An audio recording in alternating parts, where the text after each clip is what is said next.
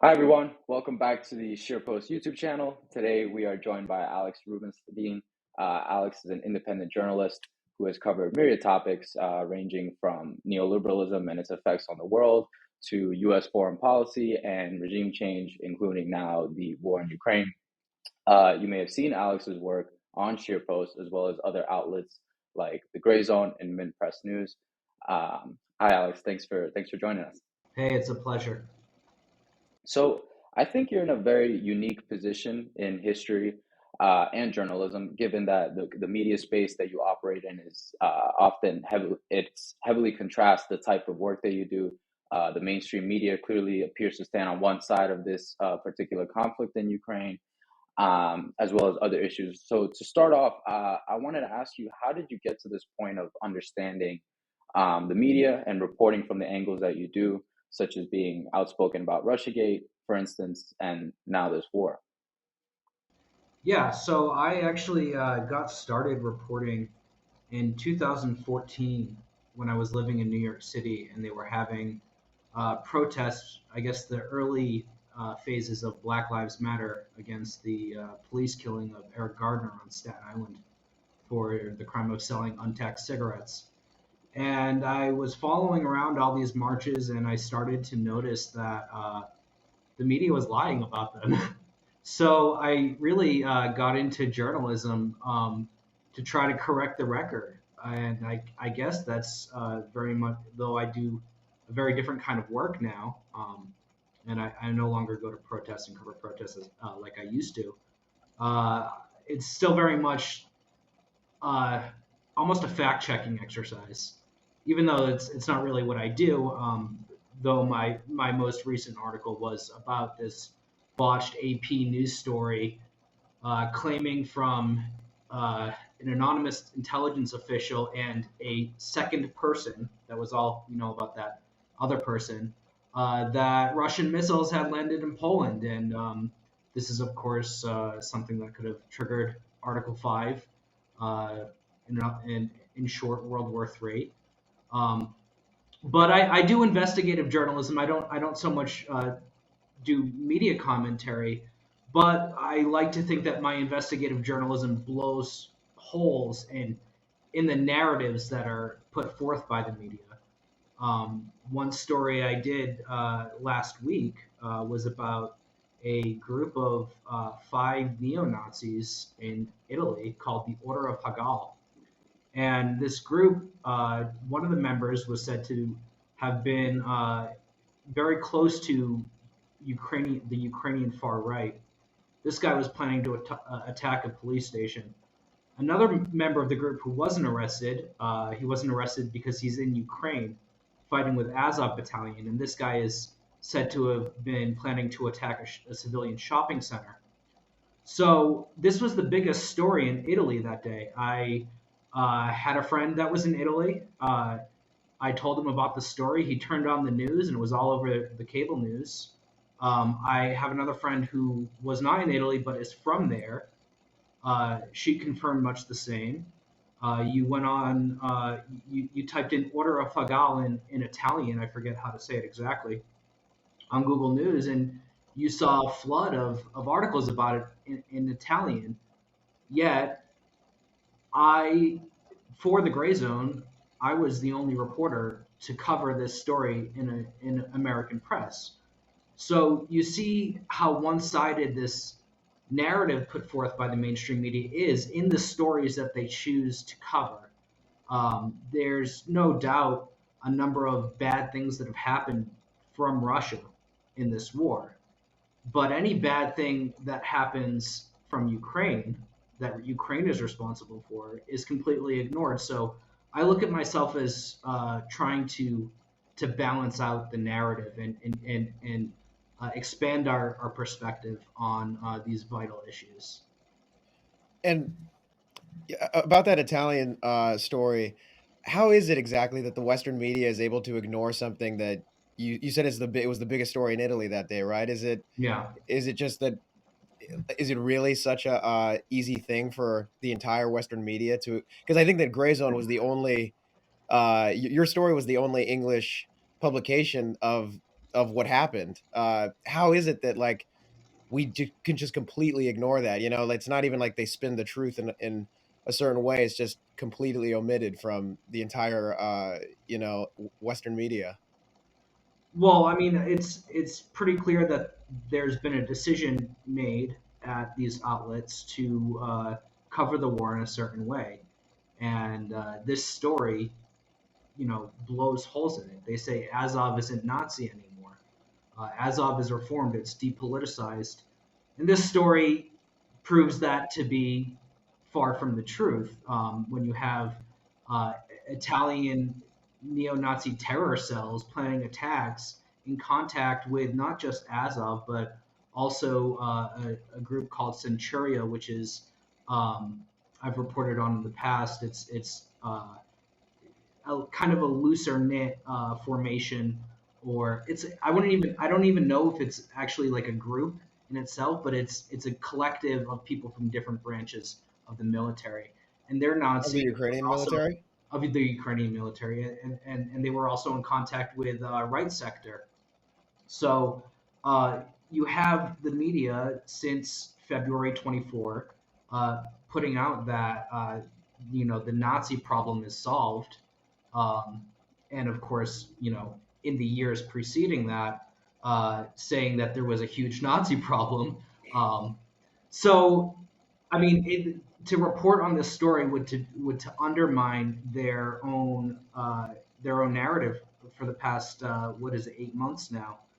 Um, and I want to point out that publications like Reuters, like AP, those are wire services.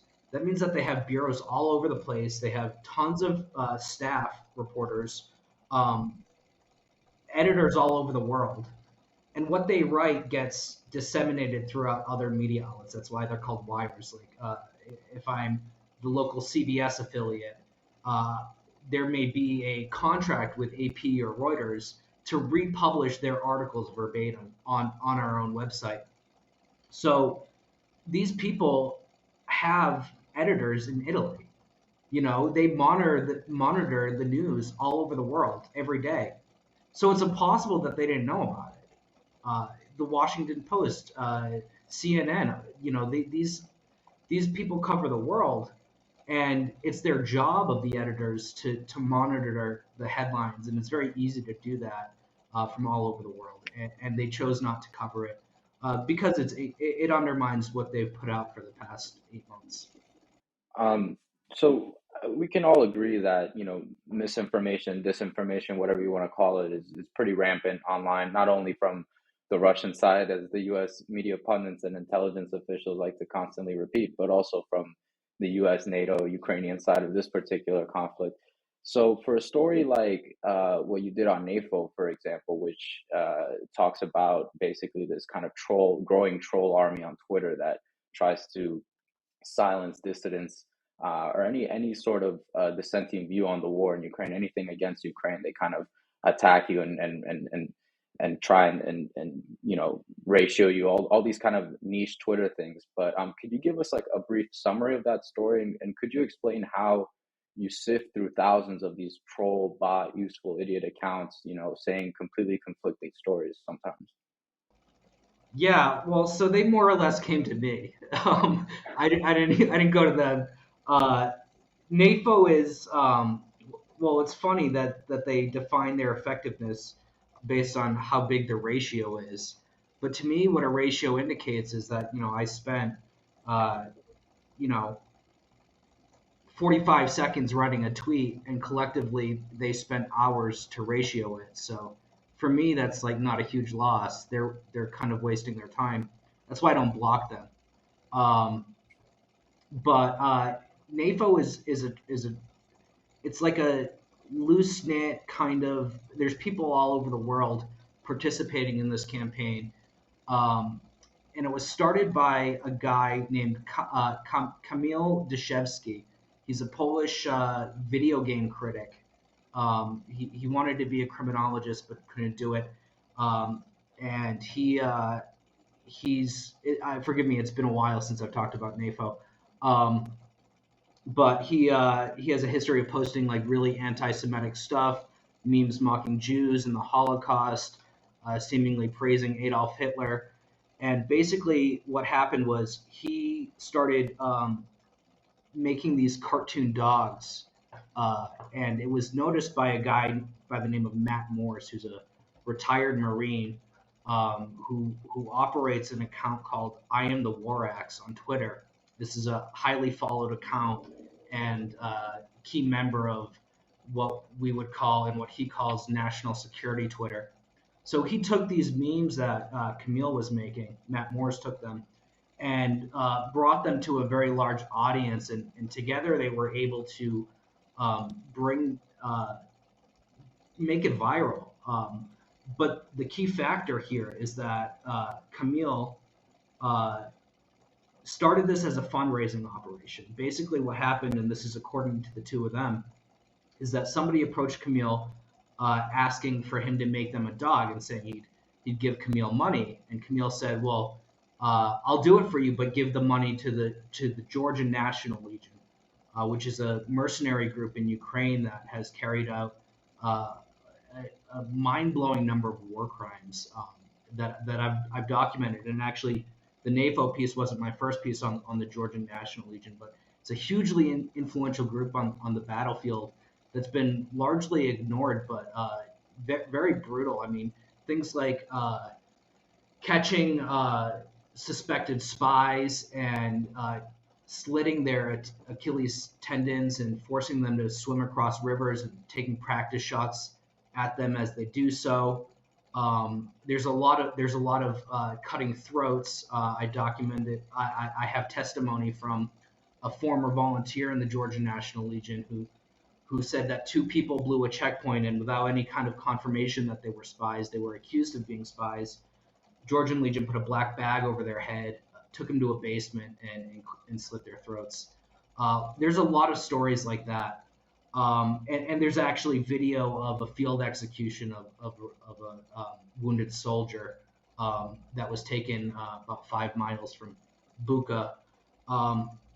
So this is the group that NAFO was started to raise money for, and actually Camille, the founder, the guy who makes the little dog memes, he said he chose them because of their reputation for being criminals and mercenaries, and he thought that would mean that they wouldn't get support from foreign governments. But if you look at the commander of the Georgian Legion, a guy by the name of Mamuka Mamulashvili, he's been to the U.S. A few times and met with key foreign policy makers in the House of Representatives, and he's posted photographs outside the offices of two senators. I believe it was Dianne Feinstein and Kristen Gillibrand. So it's very likely that he met with them as well. Recently, Adam Kinzinger, who is a member of NAFO, had a Zoom call with Mamulashvili. So he's very well connected. And I apologize if I'm rambling on here, but it's a complex story. And actually, there's 2 parts of this series that I've put out already, and one that's forthcoming. Do we know what might have been going down at those meetings, like what they were discussing with this guy? I'd really like to know. I think I asked them for comment back. I asked Gillibrand in Feinstein's office for comment. This was months ago, so forgive me. But they I called them. They said, please email and we'll get back to you. And they never got back to me. So I'd like to know. And what does it say about how much the government and the military industrial complex have kind of infiltrated every,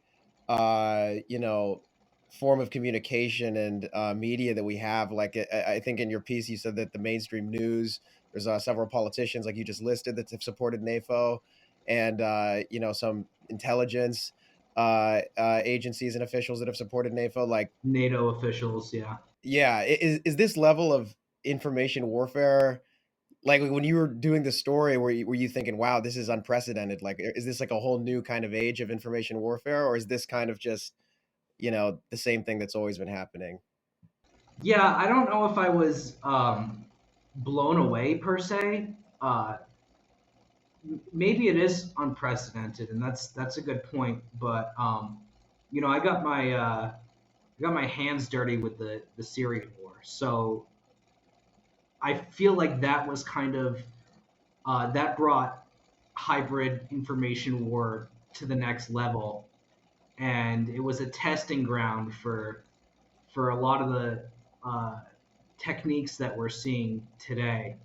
It wasn't uncommon for anyone who spoke out against the dirty war there to be canceled, to be fired from their jobs, and you see that happening You with mean journalists to be fired from their jobs? no, just regular people that have an opinion on the internet. Oh, oh, But and yeah, journalists too. To be canceled, but you see that kind of personalized, coordinated harassment against people that are critical of the official narrative. You saw that a lot in Syria, and now it's even more. But I do feel that like uh, Syria was the precedent, even if what's happening now is you might also say that it's unprecedented. It did kind of happen before on a lesser scale. right. Um, so so I don't know if I was surprised. I'm surprised by the amount of high level support that it's gotten. Just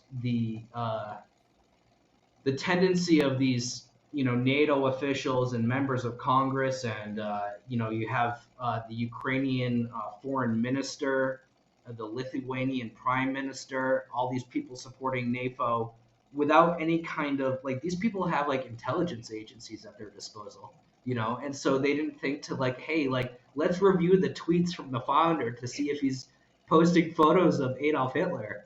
You know what I mean? It's just kind of Yeah. that was surprising that there was no vetting. But at the end of the day, these they're not that smart. They just they have a lot of resources. Right. Uh, do you think that that's the case, or do you think it's more of like an expansion of like a cyber front to this war where like, ordinary people can become like digital assets basically for Ukraine or Russia as well? That's always mentioned from, their own homes. And this is like a greater kind of sort of project or something from a larger a larger government or intelligence agency. Yeah, well, I mean that's a very good way of putting it. The level. So I will say that it's been admitted by Matt Moores, the co-founder, that it's very popular in military and intelligence circles. NAFO is, but also he has boasted about uh, the ability for regular citizens to basically become deputized in this info war, and how that's proven really effective. So I think your characterization of regular citizens as digital assets is spot on. The level of involvement of the intelligence community at the high levels of NAFO, rather than just like random shit posters in Langley with like 10 accounts, I can't say for sure. But there is some interesting information that I have on that will be in my next article. So Gotcha. that's what I can say for now. Okay. Awesome. And how do you? Because so you brought up in one of your articles that the Economist they did a critique of NAFO, but their critique was that it wasn't as good as a mechanism for information warfare as it could be because of the memes and shit posting and stuff like that. So it was kind of interesting seeing a journalist like operating within the mindset of warfare, I guess. Like they're evaluating this information warfare on how effective it is as opposed to, you know, calling it out for being information warfare and describing how information warfare twist the truth to fit the sides of, you know, I mean, sorry, fit the narratives of one side or the other. So how do you assess like journalists that operate in that mindset? Well, I'm not so sure that the Economist article was a critique. I think it was among a number of celebrations, but Yeah, uh, or I mean, it was a celebration, but the quote that I think that you said in the article was something that about their irreverent posting style. yeah, they said like it's good, but they're kind of, they post too many memes. It might be better if they didn't. It was interesting to hear them talk about it like that. Yeah, well, I mean, there's been a lot of journalists involved with this. I am in their Discord channel, including servers that are. I got verified with them so I could gain access to these private servers. And there, I've seen journalists in there and cooperating with uh, NAFO. The thing about journalists is like they're not impartial. You guys know that. Um, but coordinating with NAFO on how to promote them. One thing that NAFO wanted was for a link to be given to their official Twitter account so that they could say, "Hey, we're cited in Foreign Policy magazine," and therefore Twitter should verify us. Of course, that was before Elon Musk started handing them out for $8.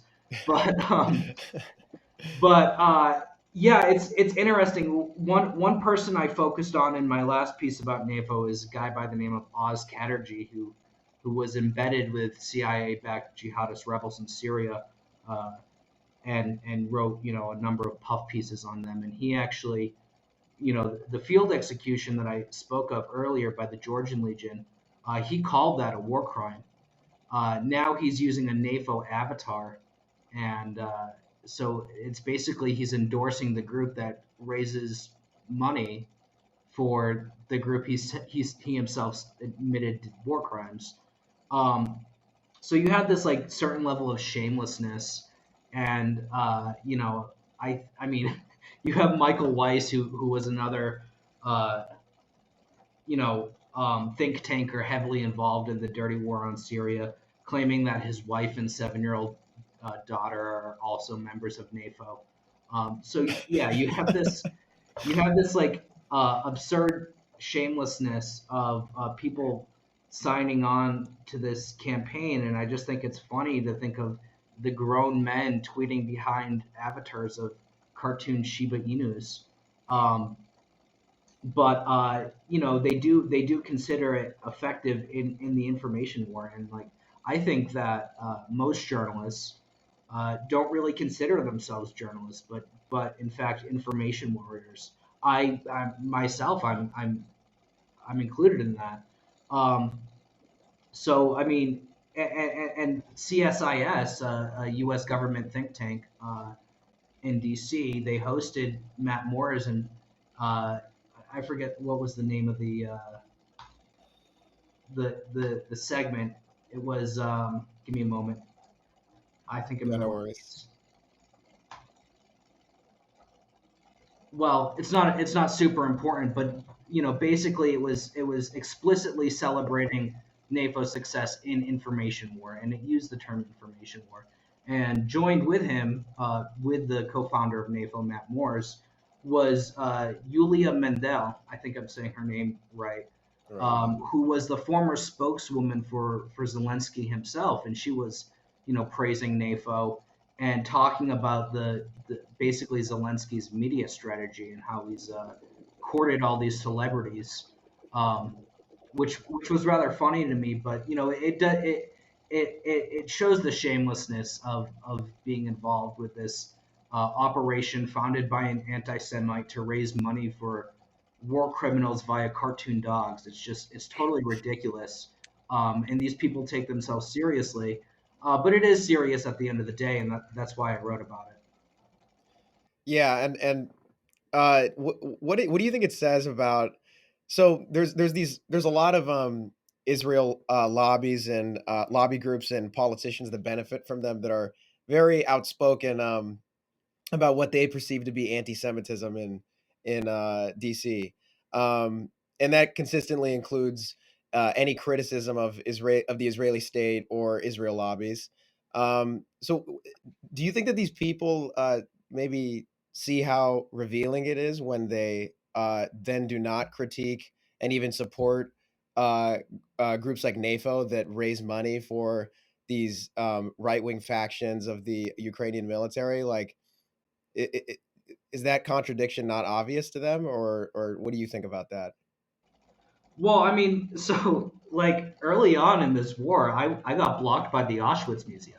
You know, I'm Jewish, Oh, but they blocked me for because there was this bit of fake news, and Zelensky had put this out himself that Russia had bombed the memorial to Babin Yar uh, on the outskirts of Kiev.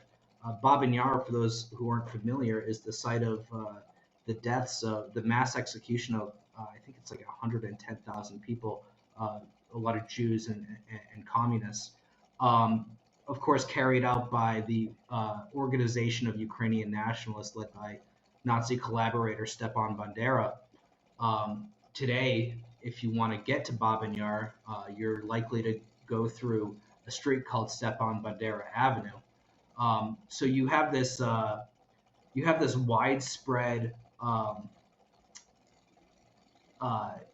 honoring of Stepan Bandera in Ukraine, and the whole thing um, really undermines the Israel lobby because on one hand you have these groups like the ADL, and I have a piece coming about the ADL that's being edited now that viciously attack black celebrities for basically having their own opinions, whether they be entirely tasteful is up for debate, but viciously attacking them, trying to get them canceled, and at the same time ignoring this uh, massive issue of Ukraine, where neo-Nazism has found a safe space to flourish, and frontline groups that are leading this war are basically the ideological successors of Stepan Bandera, who killed,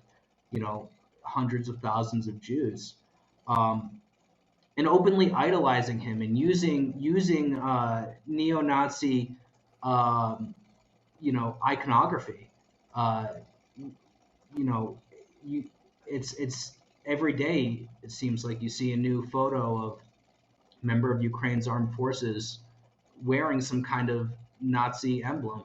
I didn't catch it, but many people on social media caught uh, President Zelensky's bodyguard wearing a neo-Nazi patch, and I wrote an article about this because he deleted it from his social. He posted it himself, well, not himself, but on his official social media channels, and then deleted it after people caught on to it. And it's this patch. I figured out it was manufactured by a company called Reich, and it contained well, first it's called the operator skull, and it contained the Totenkopf symbol, which is the death's head, and then on the helmet is a key, and that key is derived from the personal bodyguard unit of Adolf Hitler. So you have Zelensky's bodyguard wearing a patch that references the personal bodyguard unit of Adolf Hitler.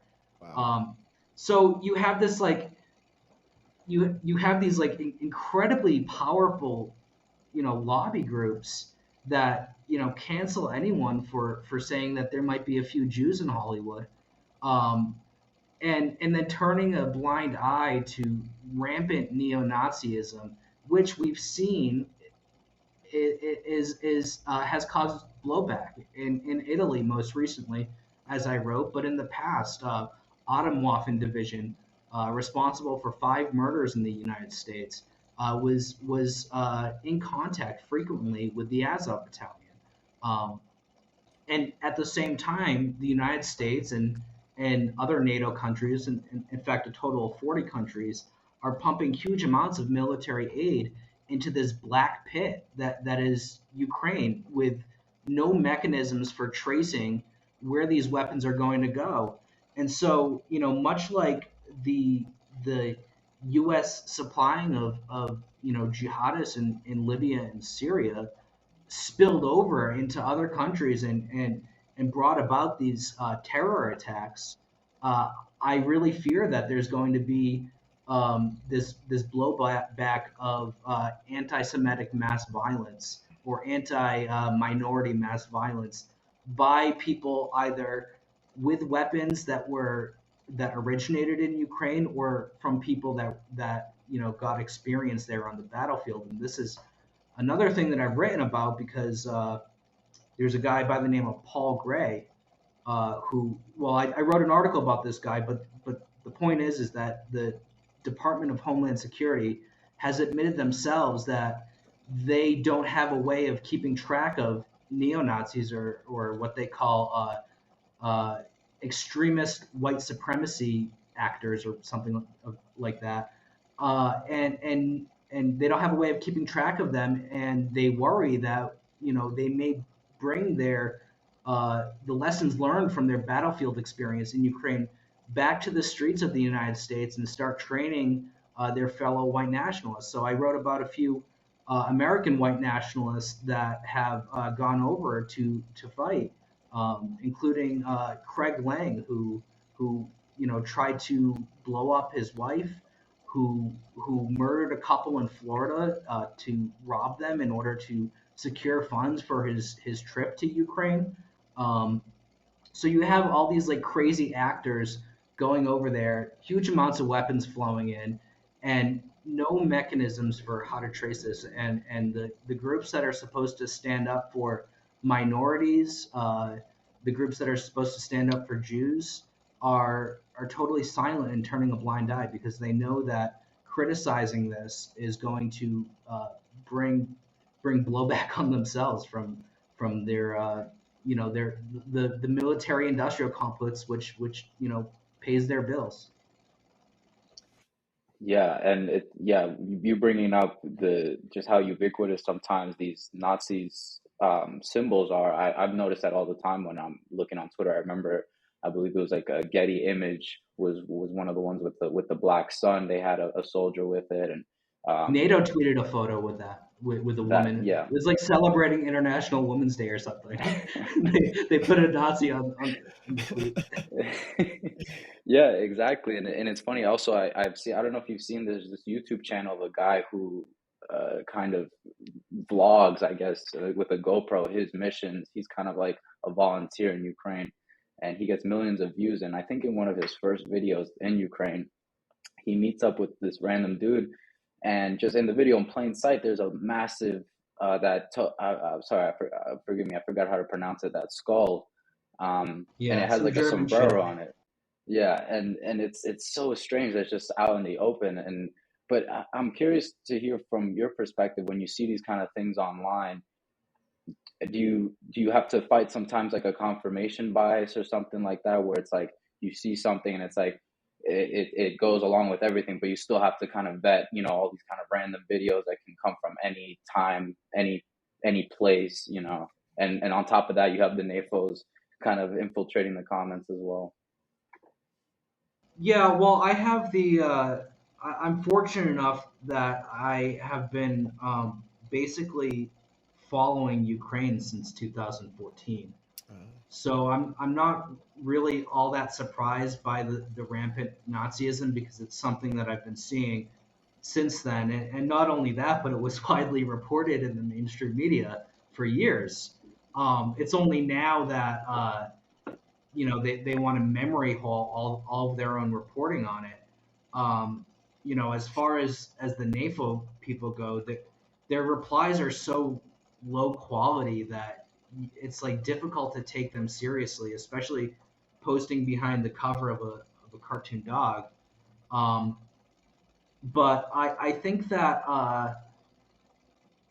yeah, I mean confirmation is an issue, but that's why I try to be very careful about what I post, and and just verify on my own, because there is a lot of disinformation going around, but you know a lot of the disinformation is just aimed at Russia.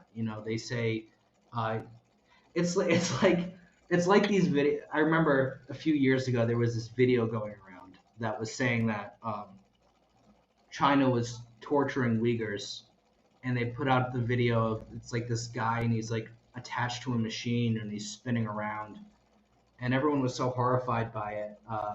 But it turned out that it was like taken from a BDSM dungeon, so it wasn't it wasn't like you know what I mean. So I feel like that's like it's like stuff like that is getting passed around a lot, and it's kind of obvious a lot of times what's real and what's not.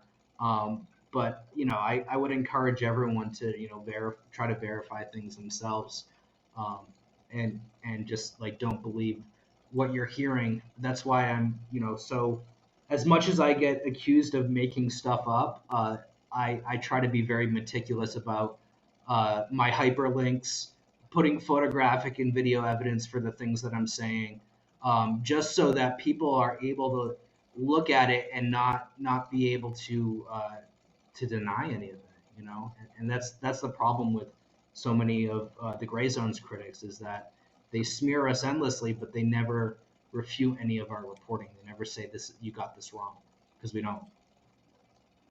Did the Nazism problem in Ukraine, did it was it 2014 that acted as like the catalyst for it to start becoming like a hotbed for recruiting neo-Nazis there, or w- like when did this problem really start, the origins of it? Well, it's been ongoing since World War II. You've had Oh, Uh, well, so I mean, Ukraine was a Soviet republic, but the idea that Stepan Bandera was a hero didn't come from nowhere. But what happened in 2014 was that the president who was more aligned with Russia got ousted in a coup, and actually, this is one of the key flashpoints in that was the sniping attack on which killed 49 protesters on Maidan Square, and one of the guys who's a lot of people suspect of having carried that out is none other than Mamuka Mamulashvili, the commander of the Georgian National Legion. But what you had in Maidan was a huge number of young protesters, people that wanted more liberalism, they wanted more democracy, wanted to be more like the West, or so they thought. And then you had this, and they were mostly peaceful. And then you had a faction, and could I don't want to say a number, but you had groups like Right Sector and C14. Which were hardcore neo Nazis and willing to carry out violence against the police and basically do these things to push the protest forward that like regular people wouldn't really want to be involved with. And they were all ideologically motivated, and they were like the real power of the Maidan coup, because they were willing to do these things that others weren't, and they were successful. And since then, uh, a lot of them were incorporated into the government. You had the formation of Azov Battalion, which was quickly incorporated. You have the Kiev's municipal government giving making deals with C14 to patrol, and C14 rampaging through Roma encampments and basically carrying out pogroms under the sanction of the state.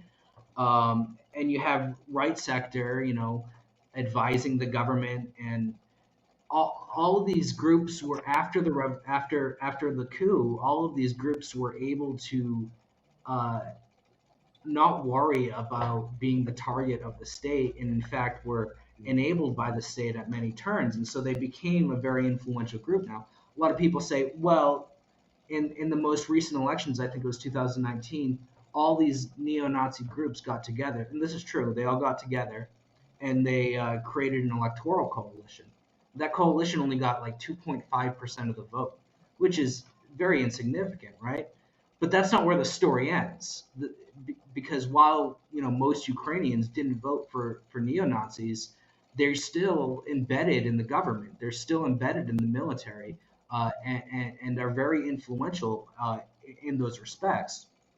Um, and then you also have the international angle where, because these groups were protected in Ukraine and given a certain amount of freedom to basically do whatever they want, because they were the ones that were fighting, you know, the fighters in Donbass and preventing them from seceding. So they had a lot of sway because they were the ones doing that stuff.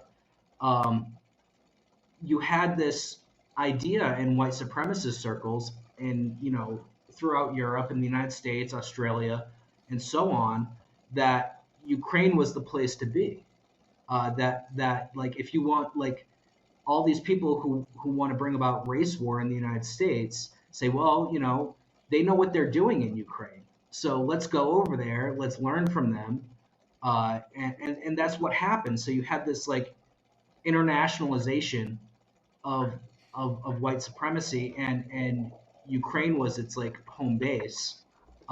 And now it's, I really believe that when this war ends, these groups are not going to stop. The Right. co-founder of Right Sector, after the Maidan coup, he said that we're not done.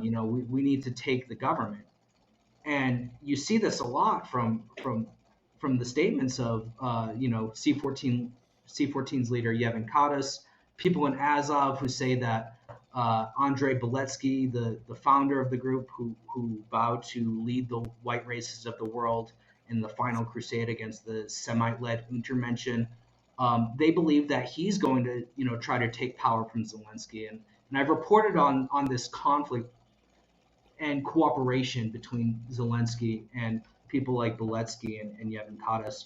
But that's the idea. I really believe that there will be a power struggle in the post-war Ukraine. It seems like there's a lot of parallels too between like the U.S.'s kind of legitimizing and funding of the Mujahideen in the Cold War with this. Just a Uh, few. yeah, and so it seems more like these protests or these paramilitaries were not aligned with the democratic values of the original protesters, but they more opportunistically used this to kind of seize power and get into the government. Is that what their goal was in leading these protests? Yeah, basically. I mean, they wanted to seize power. They want to create a national socialist state.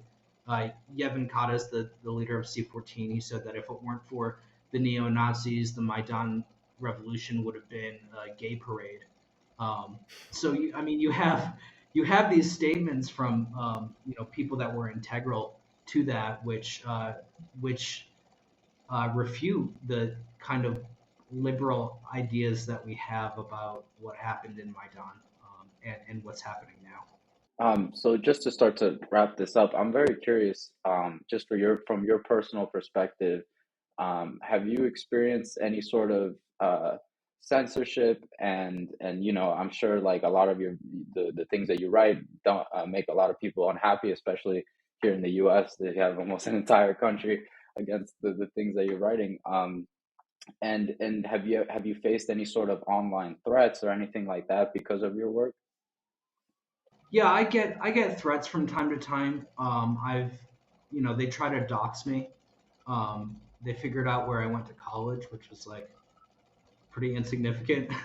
um, but you know, I haven't had any problems with censorship. I've had a blue check for a while, and I'm very careful about what I tweet. And actually, I've seen NAFO lamenting how careful I am about what I tweet because they like to mass report people.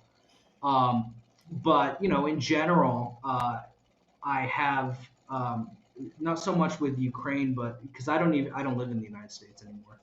But in Where do the you live? I live in Mexico. Oh, okay.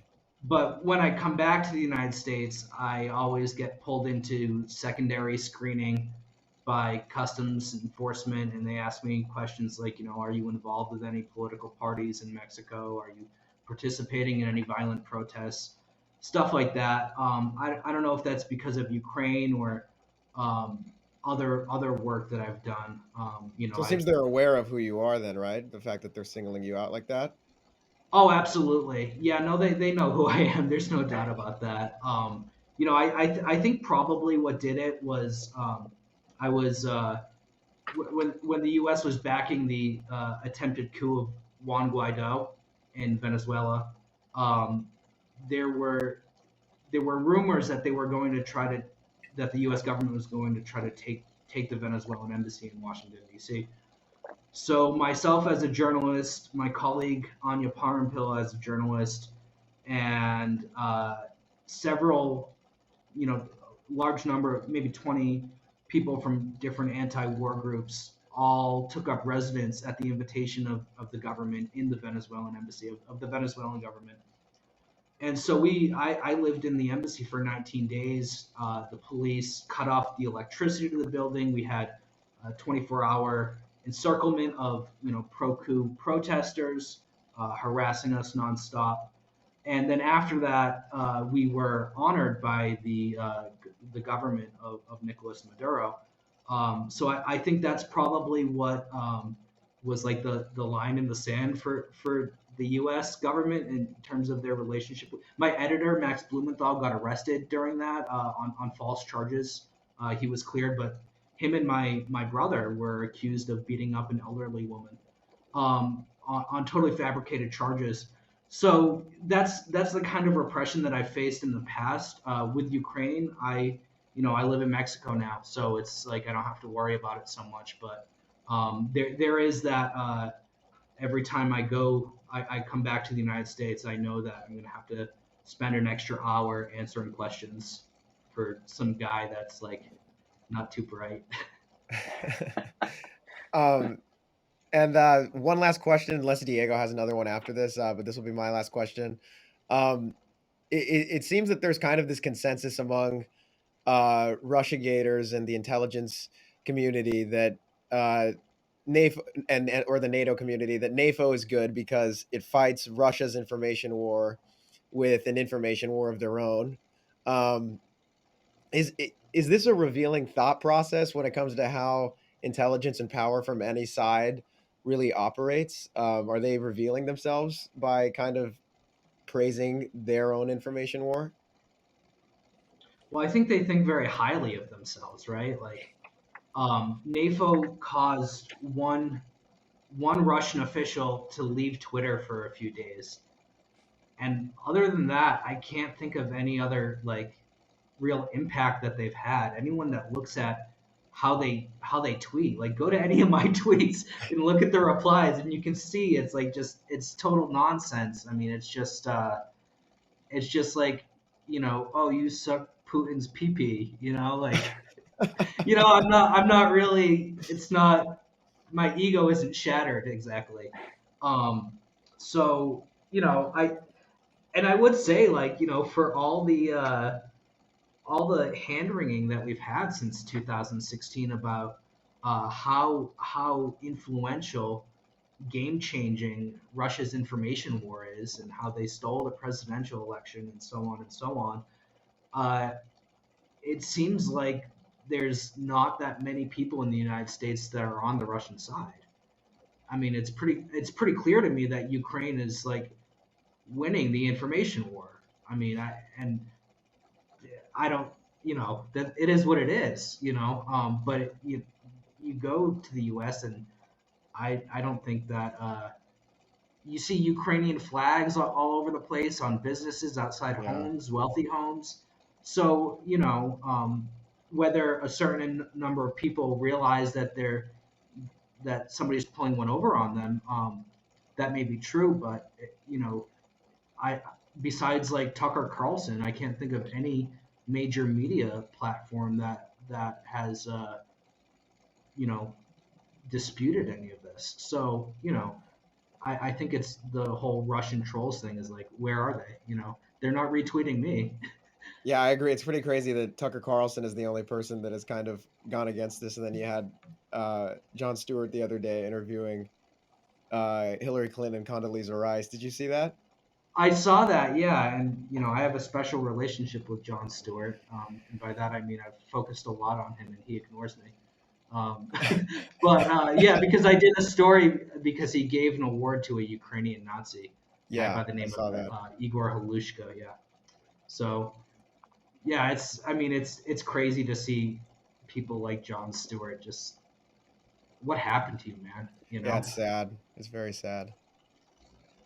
Yeah, and yeah, it's funny you point out. Yeah, you definitely do see the Ukrainian flags everywhere. At least here, I'm in New York, and you know when you look at the Manhattan skyline, there's a one of the buildings has a constant like light show of the Ukrainian flag. If you pass by tourist shops, they usually have like shirts that say peace and with peace in Ukraine and things like that. And it's just it's really ubiquitous. And it got to the point where it's like it's become so normal. And it's and on Twitter as well. You know, you see people who you know put their whole name and they put the little flag next to it, so it's easy to see and it's all over the place. Yeah. But with that, thank you so much for joining us, Alex. I hope you can come back in the future and talk more about your work and we can catch up with all the new things that you're working on. Yeah, it'd be my pleasure. Thanks, Alex. Appreciate Thanks so it. much, guys.